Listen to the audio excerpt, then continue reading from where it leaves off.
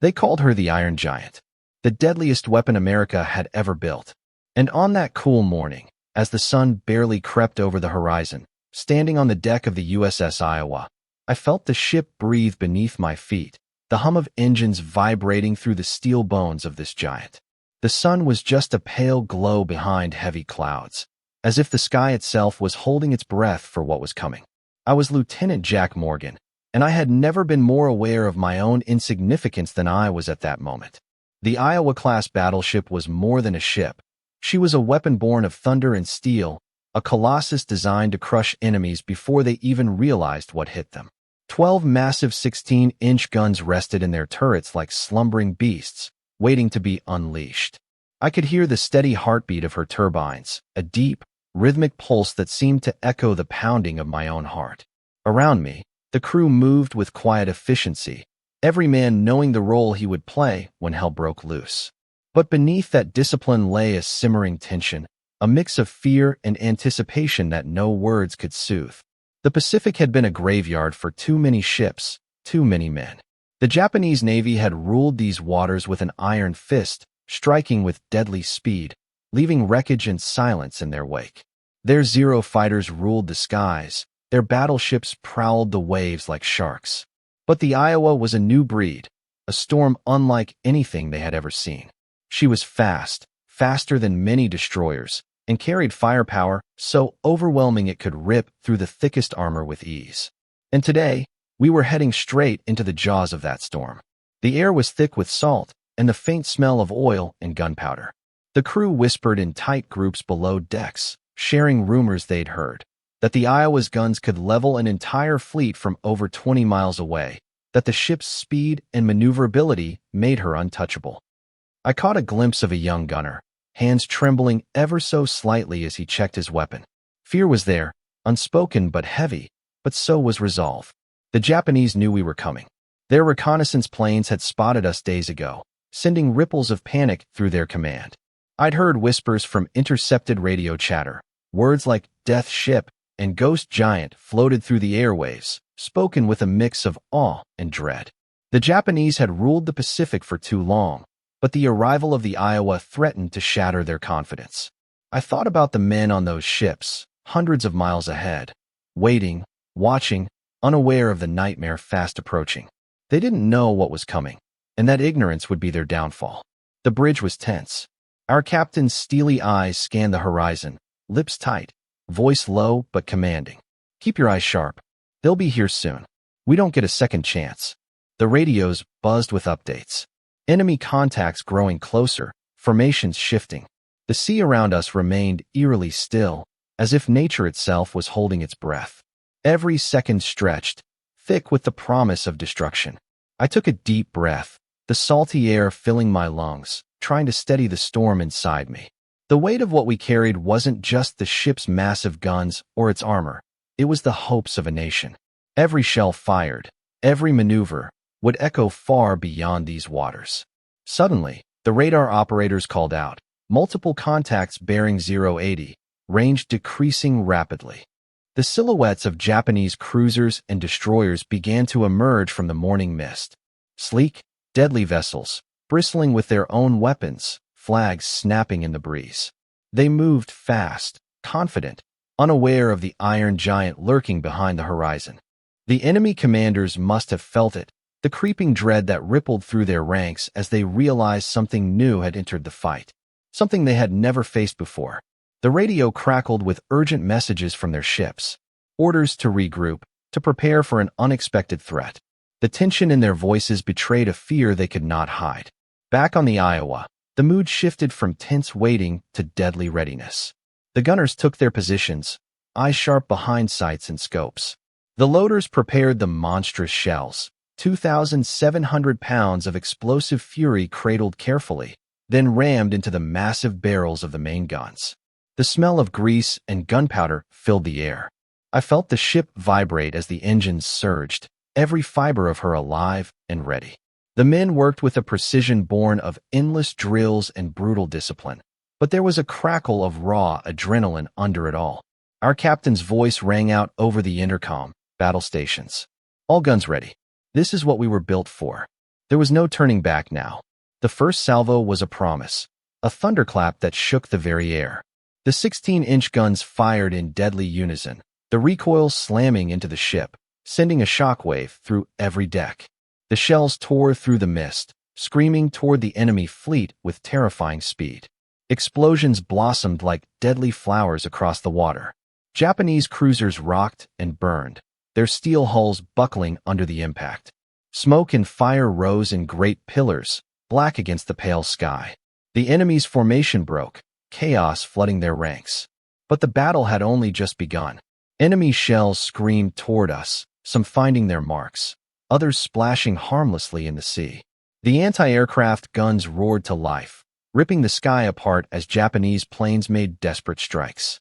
The smell of burning cordite and salt water filled the air, mixing with the screams and shouts of men. Every moment was a blur of noise and motion. I saw men flinch as shells exploded nearby, felt the ground shake beneath me. But through it all, the Iowa moved like a living beast, fast, relentless, and unforgiving. We weren't just fighting ships that day. We were fighting fear itself. I caught a glimpse of the enemy flagship listing, smoke pouring from her decks. Their commanders shouted orders, faces grim, but panic was setting in. The Iron Giant was a force unlike anything they had ever faced. Through the smoke and fury, I felt something else, a surge of pride, a fierce determination burning in every heart aboard the Iowa. We were the storm breaking over the horizon, the nightmare that would freeze Japan in fear. And as the battle raged on, I knew this was just the beginning. The Iron Giant had awakened. The moment the first salvo thundered out of those massive 16-inch guns, the ocean exploded into a hellscape of fire and smoke. I stood firm on the deck, gripping the rail as the recoil sent a violent shudder through the USS Iowa. The very air seemed to vibrate with the fury of our unleashed power. Around me, the crew's faces were a mixture of steel resolve and barely contained adrenaline. Our target was clear, the Japanese fleet closing fast, a menacing line of destroyers, cruisers, and battleships determined to cut off our supply lines and crush our will. But they had no idea what was coming. The shells screamed across the water, traveling over 20 miles before they slammed into enemy vessels with the force of thunderbolts. Explosions blossomed like deadly flowers, sending towering plumes of smoke and fire into the sky. One cruiser took a direct hit amidships. I watched as her hull crumpled and twisted, fire racing across her decks. The battle had erupted into chaos, every second a blur of noise and fury. Japanese shells began to fall around us, some splashing close enough to soak the decks, others finding their mark and ripping through steel. Our anti-aircraft guns roared to life, spitting death at incoming planes that dived with suicidal desperation. The deck beneath me shook with each massive blast, but the Iowa moved with an almost eerie grace. Her speed and maneuverability allowed us to dodge the deadliest attacks, while her guns kept pounding the enemy relentlessly. I caught a glance from our captain, his eyes cold, sharp, filled with the certainty of men who knew they held the advantage. Amid the chaos, the crew worked like a single organism. Loaders slammed massive shells into the guns. Gunners adjusted their sights with deadly precision. Communications crackled with constant updates. No hesitation, no faltering. The Japanese fleet was staggering under the assault, but they weren't beaten yet. Enemy destroyers launched torpedoes, screaming through the water like underwater missiles. The Iowa's crew sprung into action, firing off barrage after barrage from our secondary batteries to intercept them. Near misses rocked the ship, and somewhere below deck, I could hear the frantic pounding of damage control teams ready to fight fire and flood. Suddenly, a nearby cruiser exploded in a ball of flame, debris raining down into the sea. The enemy's formation was breaking, but pockets of fierce resistance remained. Fighters screamed overhead, their engines shrieking as they tried to strike at us from above. I watched as one kamikaze dove straight at our bow, a flaming missile of death. The anti-aircraft guns cut through the sky, tearing the plane apart in a spray of metal and fire before it could reach us. A cheer went up from the crew, brief but fierce. The battle was a storm of destruction and survival, and every man aboard the Iowa knew this was what we'd trained for. Minutes stretched into hours, each second a test of endurance and will. The Japanese fleet was crumbling under the relentless barrage. Their ships burned and sank, leaving trails of smoke that stained the horizon. Yet the fear in their eyes was something I could almost see, even from miles away. The myth of the Iron Giant had become reality, and it was crushing them. I felt a surge of something raw and fierce inside me. Pride, fear, hope, all tangled together. This was not just a battle. This was a reckoning. Our gunners shouted kill reports, the radio alive with the sounds of victory and struggle. I heard the crackle of one of our junior officers calling out, "Splash 2 more enemy cruisers. They can't stand against us." The Iowa wasn't just surviving this fight. She was dominating it. But war has no mercy. As the battle raged, I saw men fall, felt the sting of loss ripple through the crew. The cost of victory was written in blood and fire. Through it all, I stood at the rail, watching the fury unfold and knowing that this day would change everything. Because when the Iron Giant unleashed her firepower, the enemy didn't just face a battleship. They faced a force of nature, and nothing would ever be the same again. The battle was no longer just a fight. It was a relentless storm, a furious dance of fire and steel where every moment meant life or death. The USS Iowa was a titan awakened, her guns roaring with unyielding fury, and the ocean became a battlefield drenched in smoke and flame. The enemy, battered but desperate, refused to surrender. Their cruisers and destroyers launched wave after wave of attacks, each more aggressive than the last. Torpedoes sliced beneath the waves like deadly serpents, their deadly paths aimed straight for us. The sea churned with explosions as near misses rocked the hull, sending shudders through the ship that rattled bones and nerves alike. I gripped the rail tighter, my knuckles white, as the Iowa twisted and turned with surprising agility, outmaneuvering the underwater threats. The engines throbbed beneath us, a steady drumbeat of power driving this giant through the chaos.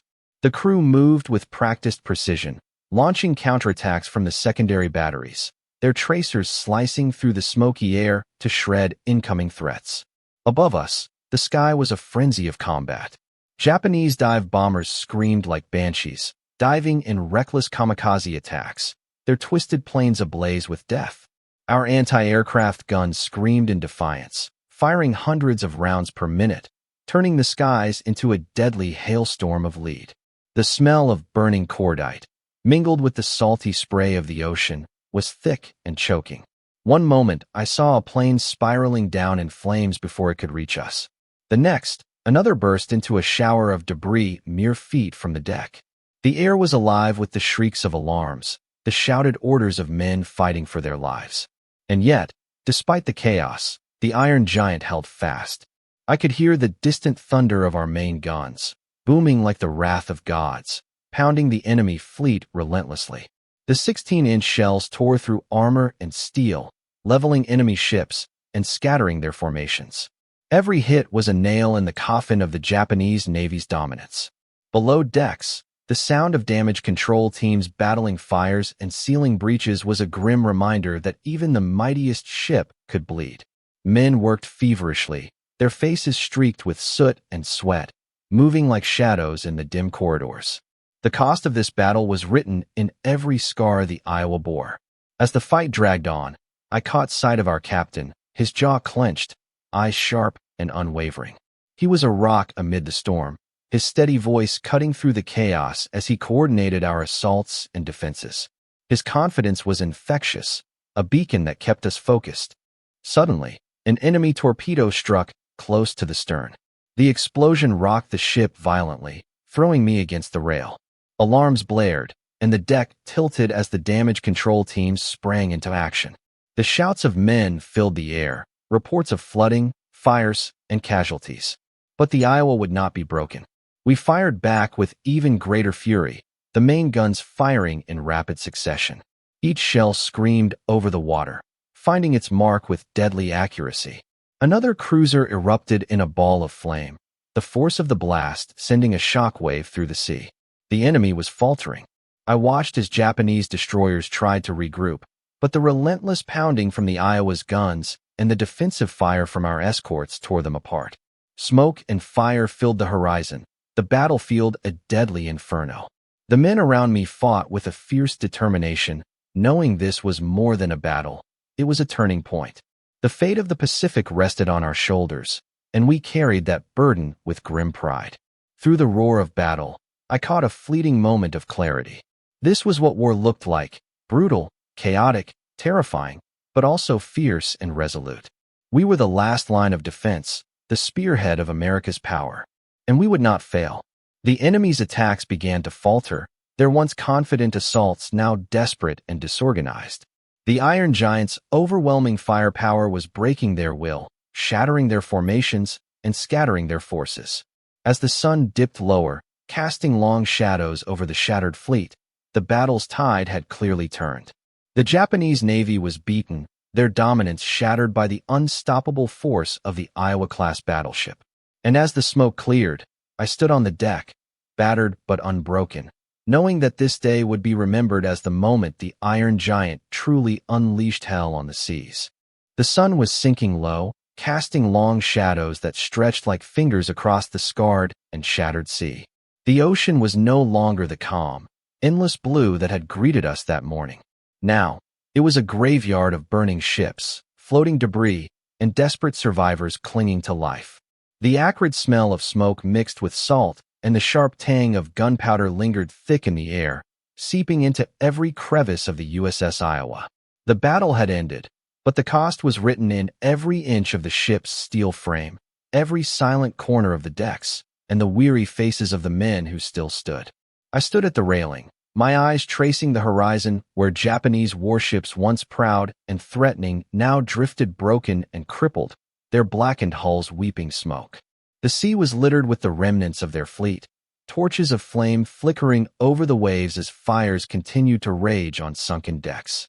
The men who had once commanded these ships were either lost to the depths or desperate survivors fighting against overwhelming odds in the water. The weight of the victory pressed on my chest like a heavy stone. We had dealt the enemy a devastating blow, one that would echo across the Pacific and throughout the war. But it was not a victory without sacrifice. Brothers, comrades, men I had shared laughter and fear with in the cramped corridors below decks, were gone. Their absence was a hollow ache, a grim reminder that war's price was paid in blood. As I watched, a small raft bobbed on the water, carrying a handful of survivors. Their faces were etched with exhaustion and disbelief, eyes wide as they looked back toward the Iowa, the Iron Giant that had brought destruction and salvation all at once. Somewhere deep inside, I knew those survivors carried stories of terror and awe, of fire raining from the sky and steel thunder echoing across the waves. The Iowa's guns had roared more than 100 times that day, unleashing thunderous blasts that ripped through enemy armor and shattered their formations. Each shell was a statement, an unmistakable message that America's industrial might and unyielding spirit could not be broken. The massive 16-inch guns, the heart of this beast, had sent death and destruction across the water with terrifying precision. But as the guns fell silent, a quiet fell over the ship. The adrenaline that had surged through every man's veins faded into exhaustion, mingling with the somber reality of what we'd endured. I walked the length of the deck, the smoke curling around me in ghostly tendrils, carrying the distant echoes of crackling fires and the faint cries of men far below. Below decks, the wounded were being treated by medics who looked as worn as the men they saved. The sharp antiseptic smell cut through the lingering smoke, a cold reminder of the fragility of life amidst destruction. I passed by a young sailor bandaging a comrade's arm, his hands steady despite the chaos around him. Their resilience was the true backbone of this ship. Our captain gathered the officers in the wardroom for a quick debrief. His voice was calm, but carried the weight of command and the exhaustion of battle.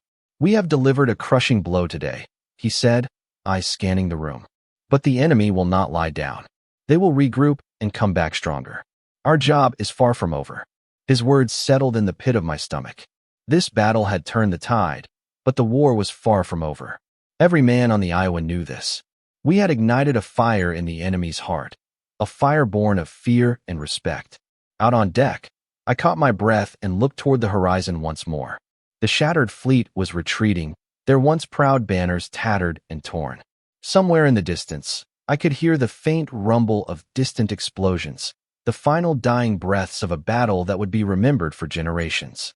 The ocean around us was stained with oil and blood, but beneath it all, life continued.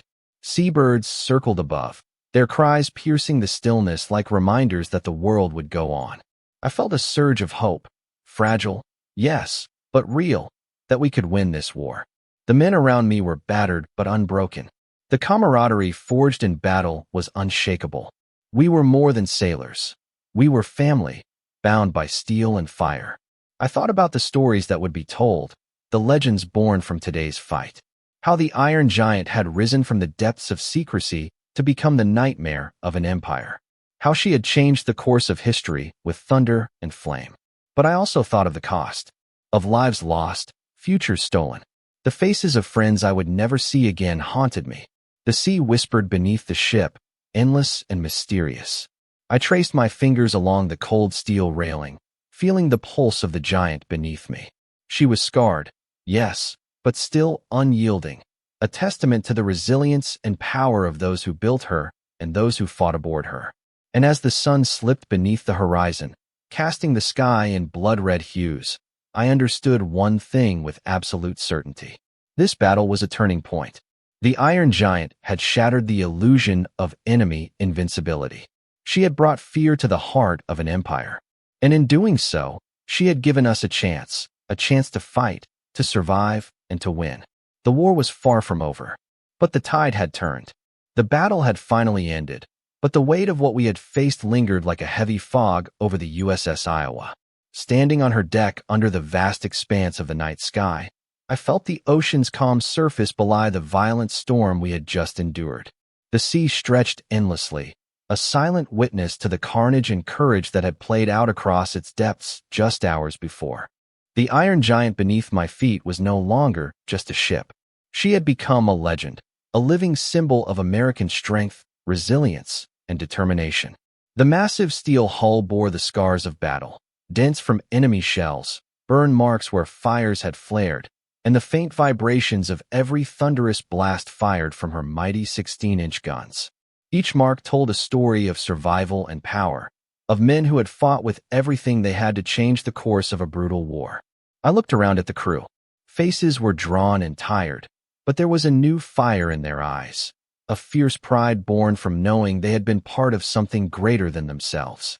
The Iron Giant was more than just the sum of her steel and weapons. She was the spirit of every sailor who had braved death and come out stronger. As the ship sailed steadily away from the battlefield, I reflected on the enormity of what we had accomplished. The Japanese fleet had been shattered, their dominance over the Pacific shattered with it. Their commanders, I was certain, were grappling with the terrifying reality. The Iron Giant was not a myth, not a legend whispered in fear, but a devastating reality they could not ignore. For years, the enemy had ruled the sea with speed and precision, their fighters striking swiftly and their battleships cutting through the waves like knives. But the arrival of the Iowa-Class Battleship had rewritten the rules of naval warfare. We had shown the world a weapon that combined overwhelming firepower, unmatched speed, and nearly impregnable armor, a force that no enemy could face without trembling. Yet, amidst the triumph, the shadow of loss hung heavy. I thought of the brothers in arms who would never stand on deck again. Their absence was a silent echo that haunted every step I took. War was a brutal teacher, and its lessons were carved deep into the hearts of those who survived. Below deck, the wounded were tended to by exhausted medics whose hands moved with steady determination despite the chaos surrounding them. The sharp antiseptic smell mixed with the lingering scent of smoke and salt, a reminder that even in victory, life hung by the finest thread. Our captain, a man of unwavering resolve, held a quiet meeting with the officers. His voice was steady but carried the weight of command. "We have changed the tide today," he said, "but the enemy will not surrender. They will regroup, adapt, and come back. Our mission is far from complete." His words were a sober reminder that the road ahead remained perilous. This battle, as monumental as it was but one chapter in a long and brutal war. But the message we sent would resonate far beyond the battlefield. America was a force to be reckoned with, and we would not be broken. As I walked the decks alone beneath a blanket of stars, I felt the heartbeat of the ship beneath my feet, a steady, powerful rhythm that echoed the resolve of her crew. The sea whispered softly around us, endless and eternal, a silent witness to the sacrifices made and the battles yet to come. I traced my fingers along the cold steel railing, imagining the stories the Iron Giant would tell if she could speak. Tales of thunderous salvos fired into the night, of flames licking the sky, of men who stood firm in the face of death. The legacy we had forged was just beginning. The USS Iowa was no longer just a battleship. She was a symbol of hope, power, and relentless determination. She had become the spearhead of a new era, a terrifying and unstoppable force that would shape the future of naval warfare. History would remember the day the Iron Giant unleashed hell on the seas, how her guns roared like thunder, how her crew fought with unbreakable spirit, and how she changed the course of a brutal and desperate war. But history would also remember the cost, the lives lost, the dreams shattered, and the price paid for freedom. For now, though, I allowed myself a moment of quiet pride and reflection. The war was far from over, and the seas would call us back to battle many times more. But the Iron Giant had proven that America would fight with everything she had, and that we would win. The night was deep, and the stars shone cold and clear above us. I looked up and made a silent promise. We would carry this legacy forward. We would honor those who gave their lives, and we would continue the fight until victory was ours. The USS Iowa stood silent and proud in the dark, her mighty guns resting but ready. The Iron Giant was more than a ship. She was a legend born of fire and steel, and her story had only just begun.